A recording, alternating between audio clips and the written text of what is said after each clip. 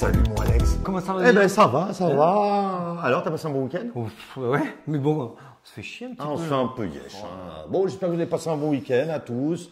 Bienvenue chez nous, comme Bienvenue d'habitude. chez nous, vous êtes à la maison, mettez les Installez-vous. pantoufles, mettez les tongs pour ceux qui sont... Vous avez toujours Julien pour les fondamentaux. Et Alex, côté technique, on est ravis de vous revoir. Merci à tous ceux qui sont là. Ceux qui viennent de Twitter, vous êtes encore très nombreux. On est super contents. Hein. Vraiment, on le voit peut-être pas, si. Bon, on est super Si, contents. c'est vrai qu'on est plutôt très contents. Et n'hésitez pas du coup à vous abonner et surtout si vous êtes content du contenu, à activer la petite cloche, tout ça. Nous, ça nous aide à être mieux référencés et vous n'allez rien rater. Alors, cette semaine au programme, on voit quoi? Ah ben on voit que le Sénat français veut... Assouplir peut-être les lois crypto. Voilà, exactement. Ouais. Toi, t'as envie de rire, toi. Ouais, je sais, on va rigoler là en ce moment.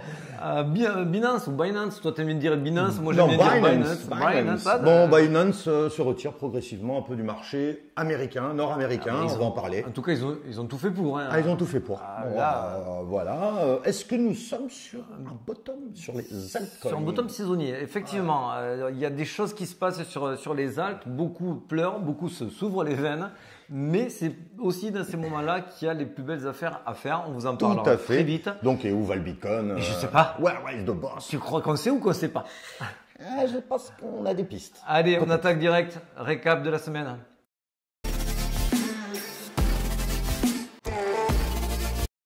Alors, qu'est-ce que nous observons? On observe... Je l'ai mis un journalier. Cette fois-ci, je l'ai mis un journalier. Pourquoi? Parce qu'en fait, on voit quand même qu'il y a un petit peu de vert qui se profile. Ouais. On a vu quand même pendant 7-8 jours du rouge. Donc, Et là, maintenant, on voit du vert. on a un petit peu du vert. Alors, on voit quand même que c'est mix. Mais bon, ce qui Mais dévisse bon, le plus, c'est surtout les PP et autres. Donc, Du on va pas y SUI revenir. qui repart, Inge, FTM, etc. Bon, des gros projets, GRT aussi, The Graph qui repart, etc. Donc, bon, c'est mitigé, mais ça... Ça amène aussi, tu sais, on en a parlé hier en disant, mais est-ce qu'on serait quand même pas sur un bottom saisonnier au niveau des alts? Le fait de voir du vert aujourd'hui et non plus du rouge, ça nous laisse entendre que peut-être ils n'attendent que ça à performer. On va voir, on vous le développe juste après. Là pour l'instant. Alors, les news, on va dire catalysantes. Il y a plein de choses qui sont dites, mais il y en a très peu qui sont très intéressantes.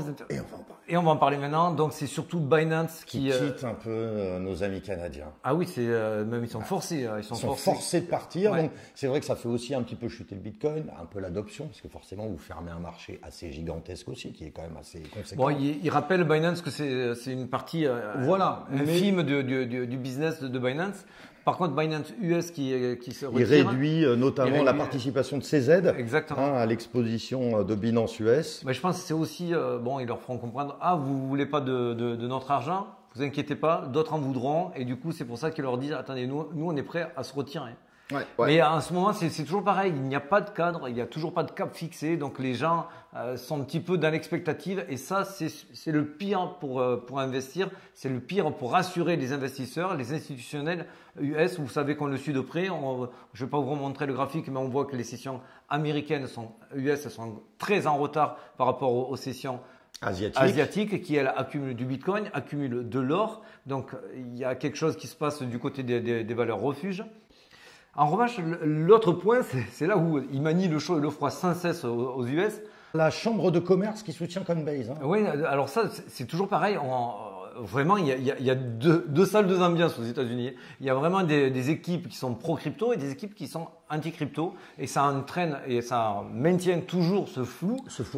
Moi, j'en peux plus parce qu'on voit là un camp qui dit quelque chose, l'autre camp qui dit le contraire. Mais qui prennent une décision. On la price, on travaille sur la décision qu'ils vont prendre, voilà. Mais qu'ils en prennent une, qu'elle soit contre ou pour sécurité, commodité ou anti-crypto pas, mais au moins qu'on sache, parce qu'il y en a beaucoup, Coinbase et autres, qui ont le cul entre deux chaises, ils ne savent pas s'il faut rester partir. Et pour investir, il n'y a rien de pire. Ouais, il n'y a rien de pire, ils se posent la question, les Bermudes, d'autres coins, etc. Forcément, ça fait un flou. Parlant de rien de pire. Oui, et c'est pareil pour le Sénat, le Sénat français qui nous laisse entendre qu'ils veulent adoucir la loi crypto. Un petit peu par rapport à l'Assemblée, hein, qui avait une position dure envers les influenceurs, etc. Il fallait que les sociétés soient PSAN. Donc maintenant, ils disent, bon, juste enregistrer PSAN. Avec notre fameux député qui disait qu'on pouvait perdre 300% sur une crypto. Ah, il m'avait nourri pour la journée, lui. C'était magnifique. Donc là, on s'est dit, tiens, bon, ils sont peut-être en train d'essayer de mesurer leurs propos. Ça doit être d'ailleurs validé mercredi, si ma mémoire est bonne. Exactement, mais à côté de cela, on a Gabi le magnifique. N'importe quoi, la terreur des bacs à sable, le prématuré de la politique. Il faut faire attention parce que là, le Sénat nous écoute. Ouais. Non, mais alors lui, il veut lutter contre la fraude fiscale, donc je pense qu'il veut lutter contre lui-même, je pense, et ses copains. Contre beaucoup d'amis, mais par contre, il met aussi forcément les détenteurs de crypto qui sont. Voilà, donc là, ils se sont dit, bon, c'est eux qui s'en mettent de côté, qu'on peut pas récupérer, donc il veut vraiment durcir une loi anti-fraude, fraude fiscale, et dirigée aussi contre la crypto. Donc on ne sait pas non plus eux aussi ce qu'ils veulent faire. Bon, moi, je conseille quand même à Gabriel Attal de prendre une raquette de ping-pong, de prendre Bruno Le Maire et d'aller faire un double. Au moins, ils arriveront à faire quelque chose de leurs 10 doigts. C'est pas possible. Eh ouais. Donc, nous en arrivons à notre cher Sujet d'après, c'était, on est sur potentiellement un bottom saisonnier sur les altcoins. Alors pourquoi? Parce qu'on regarde le Total 3. Alors, explique rapidement le Total 3, c'est en fait le market cap de toutes les cryptos. Tout l'argent qui va dans les cryptos sont additionnés pour savoir combien il y a d'argent qui arrive sur les marchés cryptos, sauf Bitcoin et Ether. Donc on enlève les deux plus gros, et on regarde le reste. Voilà, pour éviter que ça fasse pas de bruit sur la lecture. Et en fait, pour la première fois depuis quelques semaines, on voit qu'on s'appuie sur un support.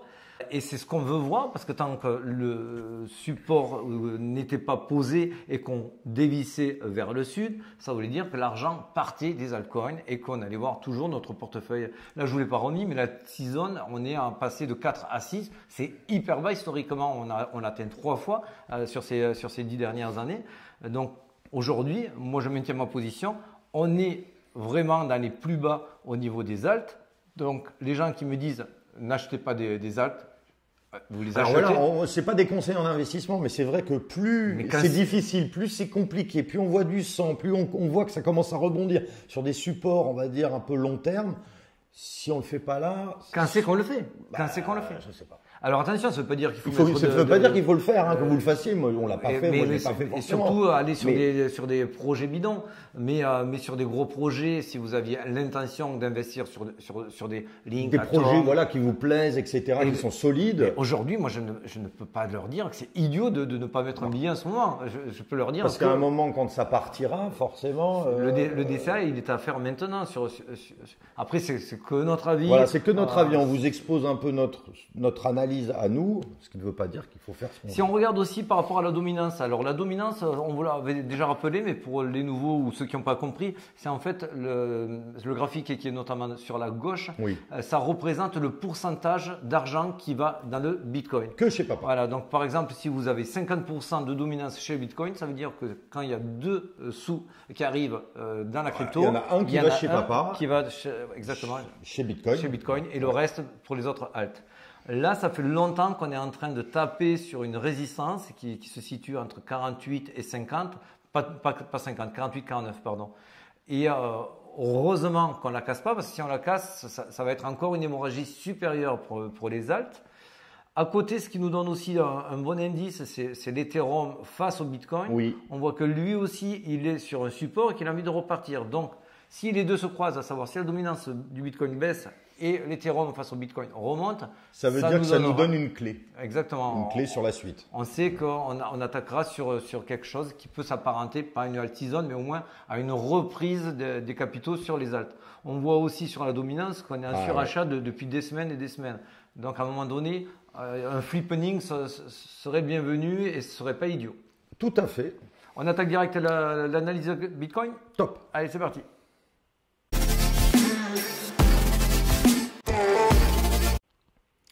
Alors, on est sur le neutre.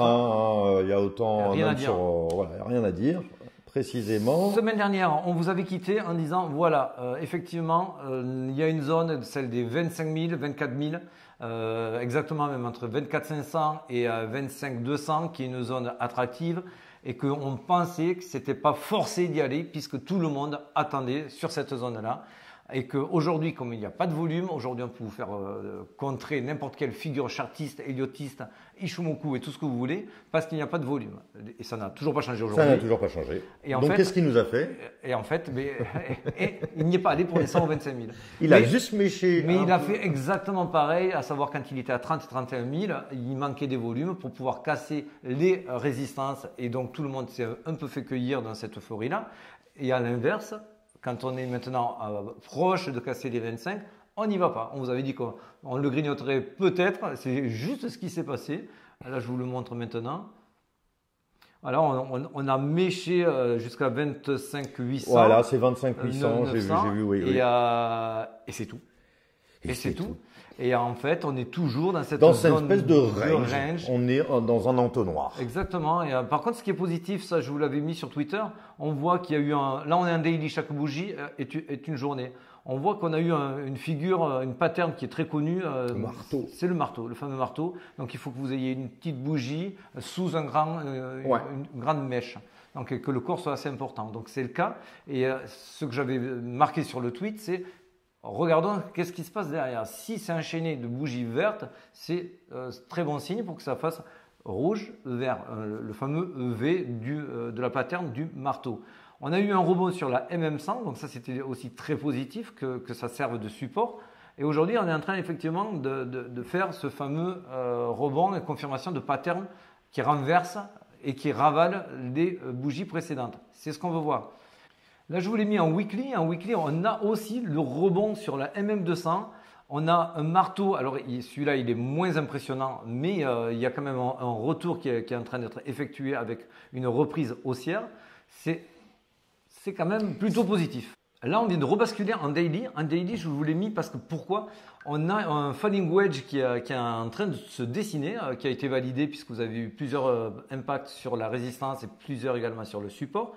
Et ça uniquement grâce au fait qu'on a eu le rebond et qui est venu réintégrer ce range-là. Donc effectivement, ça peut être positif parce qu'on sait que ces figures-là normalement cassent vers le haut. Oui. C'est pour ça que je vous ai mis cette flèche bleue. Attention, ce que je vous ai dit la semaine dernière, ça vaut également ici aussi, à savoir que cette figure-là, d'autres la voient. S'il n'y a pas de volume, on peut vous piéger. Exactement. Mais en attendant, ça peut être une figure qui peut être positivement interprétée et qui peut redonner un petit peu de gaz et on en a besoin.